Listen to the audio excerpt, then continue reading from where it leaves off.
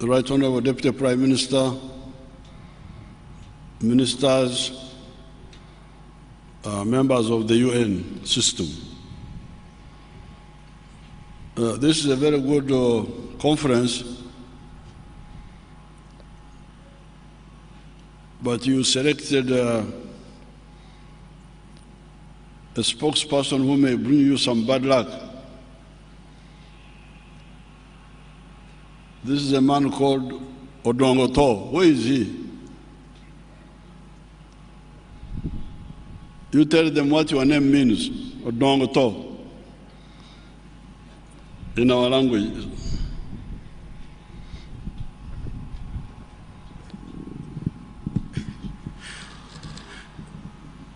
Good afternoon, Your Excellency and distinguished guests. Literally, Odongtho means remaining death. Remaining dead? Yes. Now you can see. Why did you select such a person? Thank you so much. But he's a good person in spite of the name.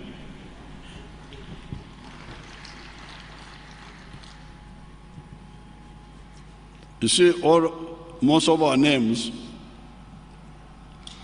are linked to the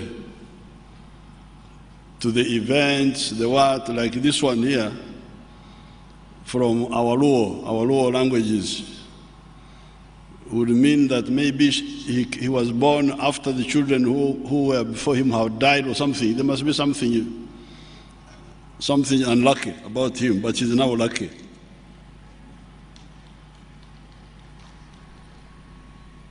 Now, talking of food production in Uganda, you are in the right place in the world. As I was telling the cabinet the other day, traditionally, we produce 2 crops in a year. Not many parts of the world can do that. Without irrigation, just depending on the rains. That's why the main crop at the end of the year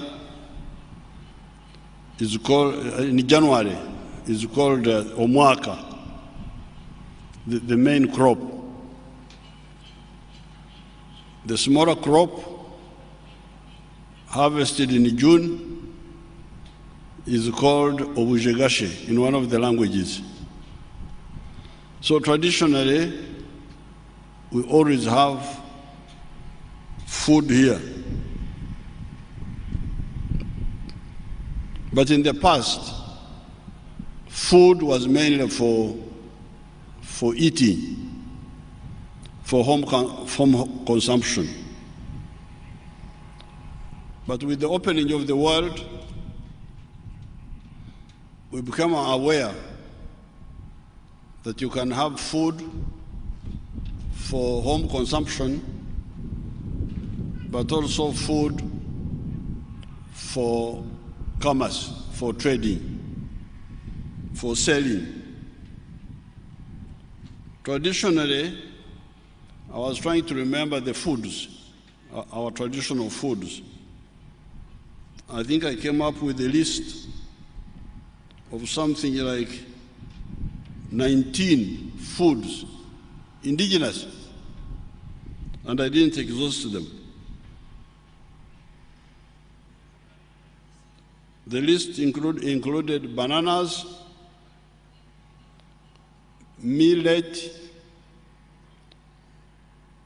bananas, amatoke, millet, obro, cassava, mhogo, maize, ebshori, sweet potatoes, ebtakuri. Now, later on, we imported these Irish potatoes that we call obmondi. Beef, enyama, milk, amate, fish, ebyenyanja, chicken, enkoko, beans, ebihimba, ebijanjaro, peas, obushaza, groundnuts, ebinyebwa. There are even crops like enkore, which some of you people may not know very well. I don't know why agriculture doesn't promote those. Enkore, cow peas. Cow peas, these are part of our traditional. There's another legume also which I don't see anymore, called enkuku. I don't know what it is called in English. Then you have pumpkins, ensuju. Then you have vegetables, enyabutongo, dodo. Then you have got enyanya, tomatoes, obutunguru, what do you call obutunguru? Onions, entonga, I don't know what entonga are. Entura batia mu ruzungu. Huh? Eggplant, okay. Now, all these are indigenous crops of Uganda, except the Irish potatoes. All the others are indigenous. And these are the foods I eat. When you hear that I am now going to be 77 in September, and I have no blood pressure, no diabetes, it is because I eat these.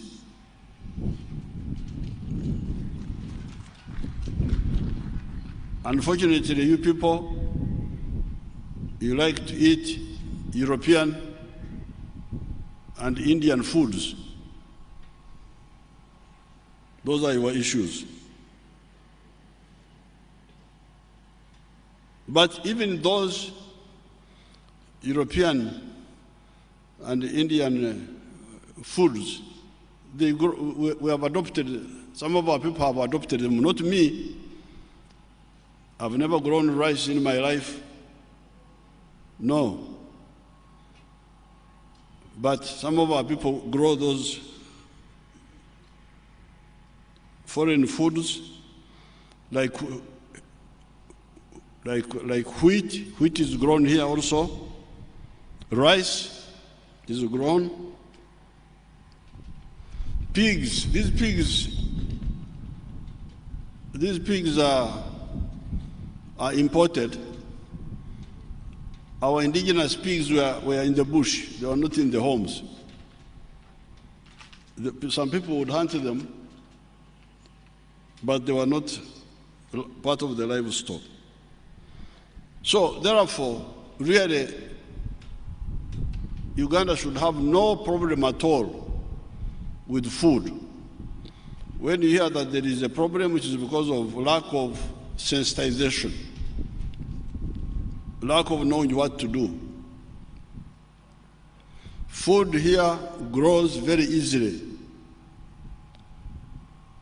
The maize take 3 months, the maize crop will be ready. The sweet potatoes, ebitakuri, don't they take 2 months? Do you have an agricultural person here? Come, please.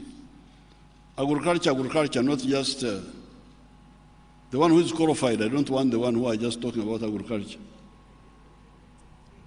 The one with BSc agriculture.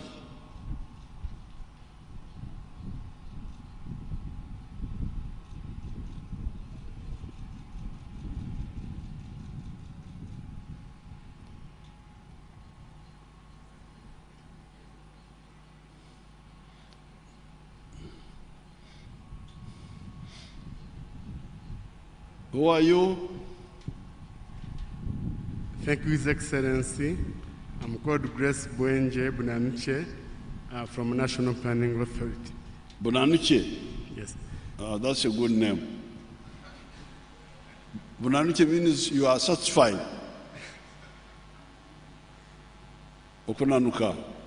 Now, how many days does Evitakuri? How many days? Sweet potatoes take about 4 months, 6 months, but they can stay in the soil for some time. Because it is a food security crop, can stay in the ground for a while. The minimum is 4 months. Yes, sir. To be harvested. Because even in our language, you don't say that the sweet potatoes have ripened. You know, everything is here is clear. What ripens is like millet, but Irish sweet potatoes mature. Even the words are different. Thank you very much. So within 4 months, you can harvest the sweet potatoes. So what are the problems? What are the bottlenecks? When you hear that there is food problem here, food problem there. Some of these bottlenecks have been solved by the government. And when I read through them, I will say this is a problem, but it has been solved. First problem was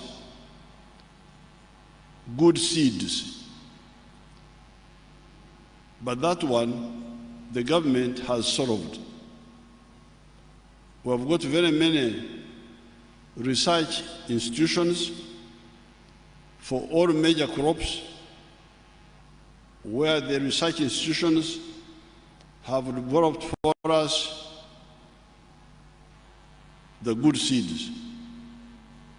Agriculture, come and tell the people here the research institutions and what each one does. Bunanuche, come back. You are now a volunteer.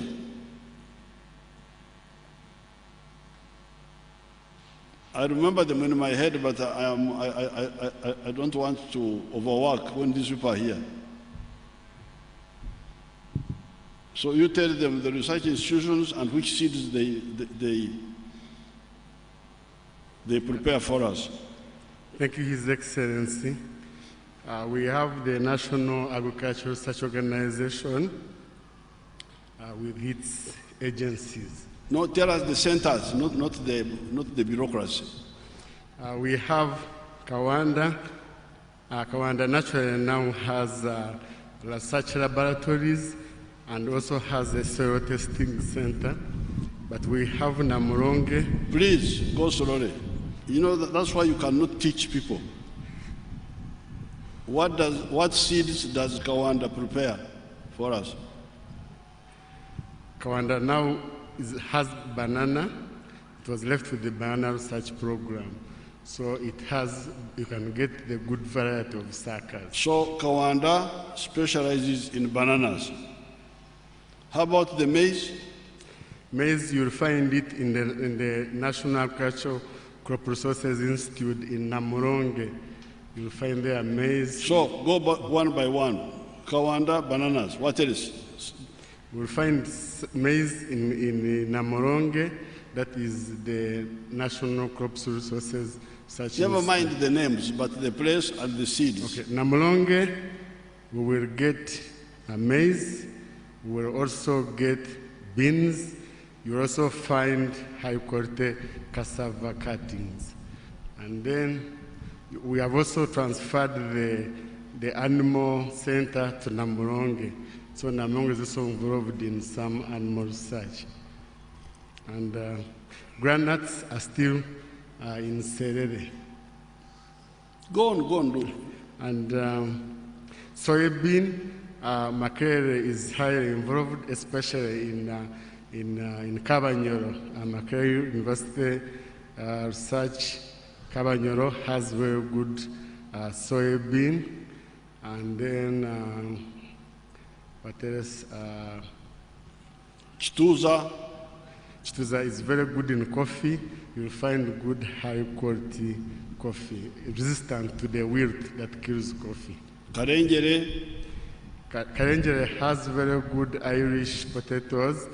You see, I'm the one reminding this man now. He's just there. Okay, go and sit down. Do you know better you? Unalio kumpe unacho manyo kusingono. He's not sure. Thank you, Your Excellency. I'm from Naro. I was just coming to supplement, but he answered most of the questions correct. No, you say confidently, because this one is 1, 2, 3, 4. Yes, maybe what has not come out is all semi-arid crops like millet, sorghum, palm millet are done in Soroti, in that semi-arid area. We have institutes all across the zones of Uganda, which are journals that link the farmers to the technologies. But the ones he mentioned are the national research institutions that deal with the strategic issues and developing the technologies, Your Excellency. So therefore, have you solved the problem of, there are some of the crops I forgot here. How about sugarcane? Sugarcane, we're into the research. We are trying to see where we put the research institution for sugarcane. And Rebtava? Then for fish and other things, all we have, for fish, we have it in Ginger. For vegetables, we still have at Namulonga, which they call National Crop Resources Research Institute. Kawanda is where Your Excellency government invested in a lot of laboratory facilities, and we're able to tackle so many other disease issues also. Thank you. Thank you. So therefore, the seeds, the problem of good seeds is addressed by all these research institutions. Now, then the next challenge is water, irrigation. Yes, there is rain, but sometimes rain delays. So that is still a problem. Irrigation. And if you had somebody from, I don't know whether Wamirama, the minister knows all the irrigation efforts. Can you come and tell us? Because these people want to know the answer, the problem, the answer.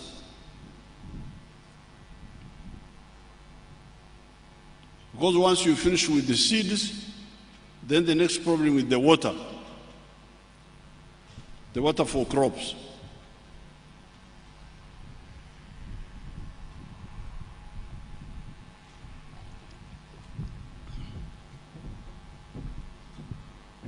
Thank you, Excellency.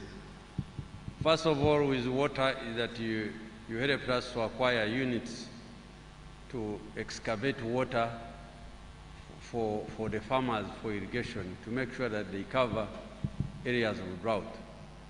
And the schemes for irrigation, we have Mubuku, we have Doha, and we are developing all the other traditional ones in the north and northeast, Your Excellency. Olwen. Orien, yes, Your Excellency. Olwen, Agoro. How about Bukedea? Bukedea, we have a project, we are working on it, Your Excellency. Good.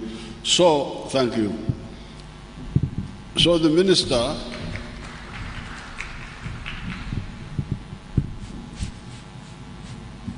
is also, as mentioned, that there are two levels of irrigation. There is the micro irrigation, where using the government equipment, I can create a dam in my farm and then I pump the water to a high ground using maybe solar power, and then irrigate my gardens locally as a standalone farmer. So that would be the main effort, because Uganda has got a lot of rain. If you dig a dam somewhere in your own farm, personal farm, you catch the water, using the government equipment, the one he's talking about, the government earth moving equipment. Then you pump the water up a high ground, and it comes back by gravity, and you irrigate your land at a micro level. Then you have the other mega irrigation, the ones he's talking about, Mobuku, what, which now cover an area, Doho. So the UN system, since they are interested in this effort, could help in either more equipment for micro, or help in the mega, where you irrigate for a whole area. But the Minister of Agriculture should make available to the UN system the whole list. The minister has not exhausted the list, is longer, of the area irrigation as opposed to micro irrigation. Third bottleneck are the bad farming practices. People not knowing how to do the good farming practices. This is the spacing the crops, making contours on the hillsides, putting windbreaks. A wind like this is not good for crops, because it will blow away the pollen and there will be no pollination. So we need to have windbreaks, trees which slow down the wind so that pollination can take place properly. Making trenches so that the water is trapped and sinks in the soil. All these are part of the good farming practices to conserve the land, but also to yield more. That one is simply sensitization and enforcement and supervision, because the practices are well elaborated. Then the fourth problem are pests and parasites on crops. These are a real problem, because when we use chemical killers, eventually they go in the food system, and it's not good. That's why these days we are looking for organic way of killing these pests. That's why, for instance, we are developing the anti-tick vaccine. We have the vaccine already, our people have developed it. It should be funded for the cow to be vaccinated, and then it kills the tick. When the tick comes to bite the cow kills it through its blood system, organically. The other day I was talking with some people, they were brought by some people who are talking of an organic pest killer, killing tsetse flies, killing these other, even ticks, organic. Yeah. So the issue of pests, the people, since this is supposed to be a world, this world or this is still local? World will be in September. So here we are now still Ugandan. Now Ugandan farmers work with the people in the world to solve the problem of pests and parasites. And if we can do it organically, for me, I already have some organic solutions. Support them if you can. Our people are developing an anti-tick vaccine, organic. So let the world focus on this. How do we solve these ticks and other parasites and pests, and do so organically without using chemicals so that we do not poison ourselves. So that is bottleneck number 4. Number 5, the issue of markets. Because here in Uganda, it's very easy for us to produce food. But the problem we get are people to buy. We produce, like the other time we produced a lot of maize.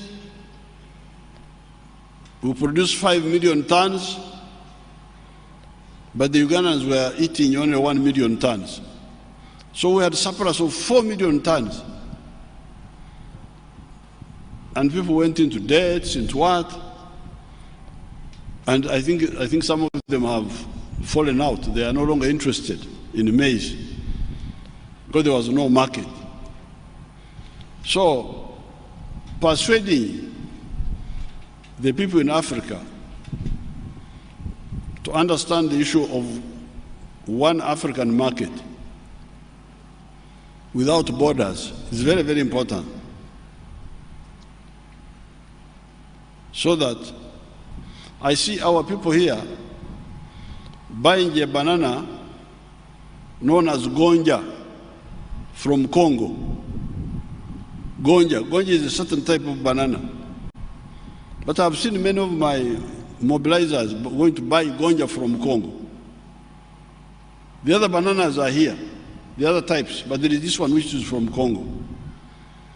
So if we do not interfere with the people can build an African market because they know what is where and what is. So ideologically, strategically, let's understand and tell everybody that please, even those Europeans who block our food, I can produce food for them much better than what they are eating now. There's a time when I went to New York and I tried to eat something, what they were calling pineapple. When I put it in the mouth, terrible, terrible. What's this? I could smell urea in the am I eating urea or what? In the mouth. Yet here you see the bananas, they are the pineapples. You drive. They are rotting on the roadside here. So is this Christianity for me to eat good pineapples? And people in the world are eating pineapples which are not so good. So, you the young people, you talk, please, let's have free market of food so that the one who is producing food easily, we buy it and we exchange.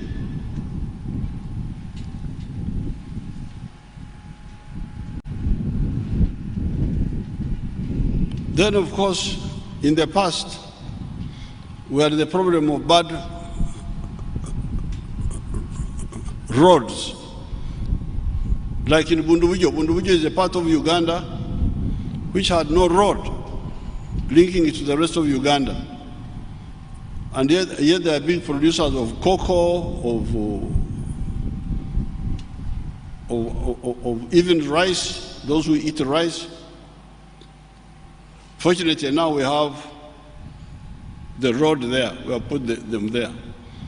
The road to the north, to Kitgum, where they produce simsim and other products.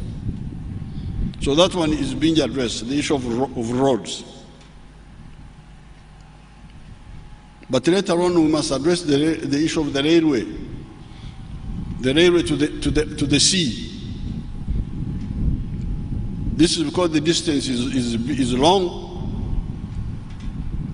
and road transport is not very economic. So the answer there would be the railway, which we are really working on with Kenya and with Tanzania.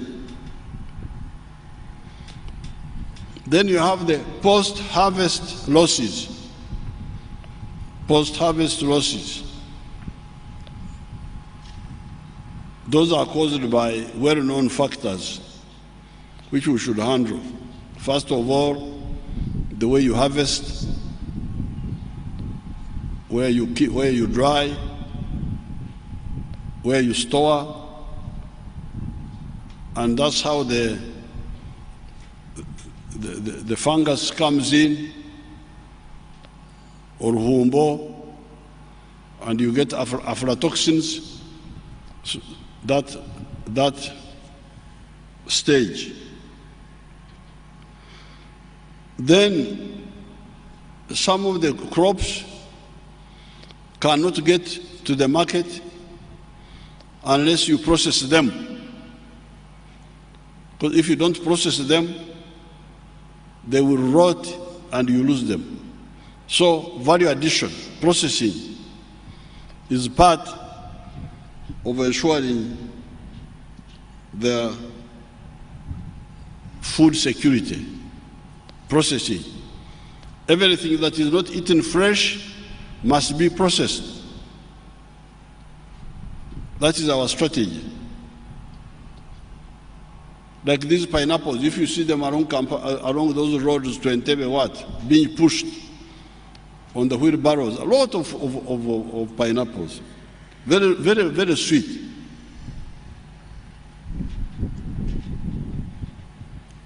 Then, number 9, environmental protection. Because this farming is dependent on water. But water comes from the lakes, from the rivers, from the swamps. So when you are drying the swamps, you are cutting your base for agricultural production. Because we want water for irrigation, there is the swamp grass, which I told the cabinet the other day. There's a swamp grass which we use for mulching. It's called Evigugu, Cyperum latifolia, according to because you like foreign languages. When we speak in Latin, you understand better. In our local language, it is simpler. It is called Evigugu. But my scientist told me that they call it Cyperum latifolia. I don't know what that means, but there you are. So the wetlands are very crucial.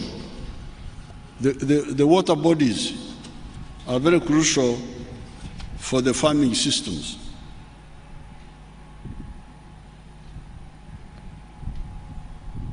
Some use of fertilizers. Although we have got organic fertilizers, but sometimes it may be necessary to put in some of the chemical fertilizers. The agriculture person, you come and tell us whether we can do away completely with the organic, with the chemical fertilizers or not.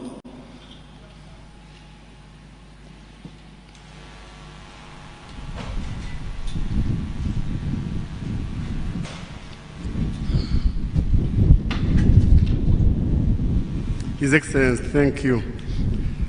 We cannot do away with the inorganic fertilizers because organic alone is not enough, and it's very expensive to produce organic fertilizers.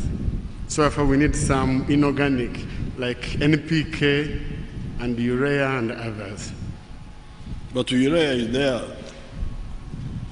Yeah, from urine, but that's not enough. We need to manufacture it in the industry. So we need inorganic fertilizer. And you can't do large-scale production unless you have inorganic fertilizer.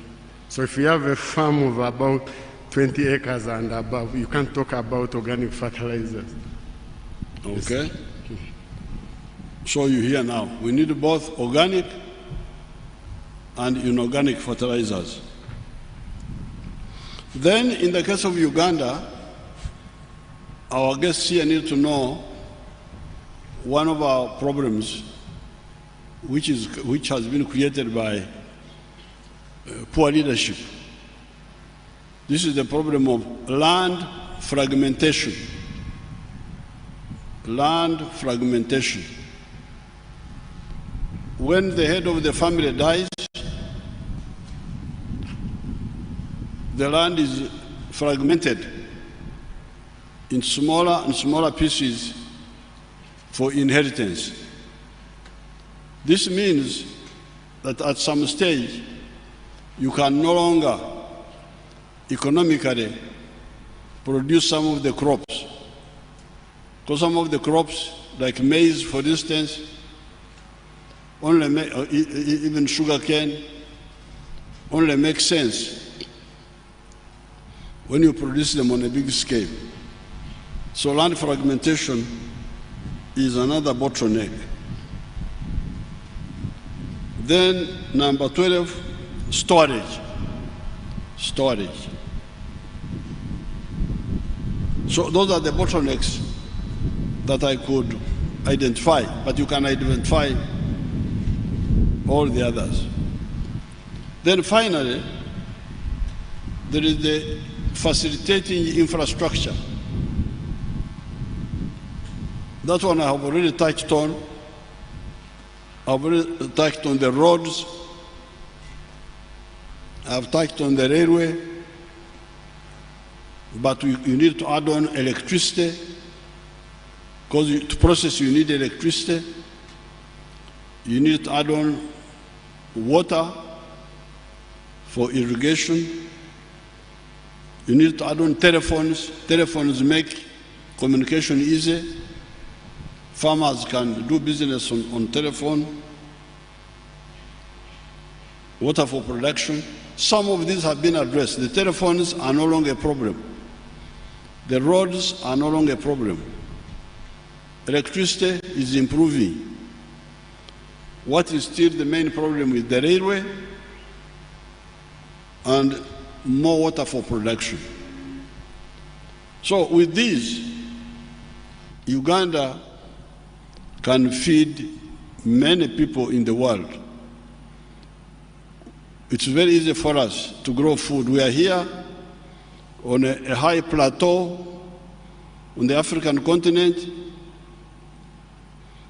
We get rain 2 times in a year. The sun is always going up and north over us. Being here on the equator, when the sun is going south, it passes over us and we get rain. When the sun is going north, it passes over us and we get rain. So you people, where you are sitting here is unique. United Nations, Amawanga Magati, now you have got to a real center of those nations. It's here. I was trying to look on the map of the world and see whether there could be other countries which could be like Uganda. I was only able to see possibly two others. One is a part of Kenya, near Mount Kenya. That area called, what do they call that place? Near Mount Kenya, there is a,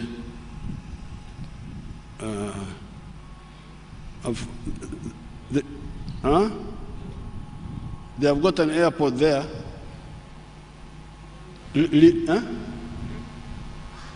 Meru is one of them, but where the airport is.